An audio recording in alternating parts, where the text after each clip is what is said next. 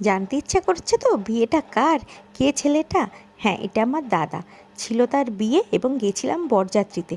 কিন্তু আমরা এখানে দাঁড়িয়ে কী করব? আমাদের পেটেতে তো ছুঁচো ডন মারছে। আমরা চলে গেলাম ভেতরে খাওয়ার জায়গায়। গিয়ে দেখলাম সামনেই মকটেল কাউন্টার। ওখানে মেয়েটাকে বারবার করে বললাম, সে একটু ব্যস্ত থাকায় অন্যদিকে বরকে খুঁজলাম, দেখি কোথায় আছে কোথায় আছে। ও মা, কি দেখলাম জানেন? দেখি আমায় ছেড়ে ওই দেখুন একা একা ফুচকা খাচ্ছে। তো আমি একটু ফুচকা খেয়ে নিলাম, চলুন, আমাকে তো না দিলেও খেয়ে নিল। ফুচকা খেয়ে তারপর আবার ছুটে ছুটে গেলাম সেই মকটেল কাউন্টারের বোনটার কাছে।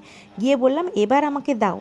তারপর আমার হাতে একটা জুস দিল, সেটা আমি খেতে খেতে জিজ্ঞেস করছিলাম, তুমি কি খাবে? সে তো আমায় না দিয়েই খেয়ে ফেলেছে। তারপর ভাবলাম না, অনেক খাওয়া দাওয়া হয়েছে, একটু পকোড়াও খেয়েছিলাম, সেই ভিডিওটা এখানে নেই। তো অনেক খাওয়া দাওয়া হয়েছে, একটু দাদার কাছ থেকে ঘুরে আছি, তার বিয়ের বলে কথা। তো গিয়ে যখন দেখলাম, দেখি কি করছে জানেন? ওই যে কী সব দুটো ফুল নিয়ে গন্ধ শুকছে। হঠাৎ করে মনে পড়লো, হ্যাঁ, এ তো আমার বিয়েতেও হয়েছিল, ফুলের গন্ধ শুকিয়েছিল।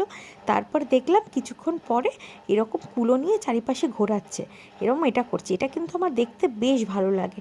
তারপরে ছিল সিঁদুরদান, সিঁদুরটা দিয়েই দাদা কিন্তু বৌদিকে নিজের করে নিল।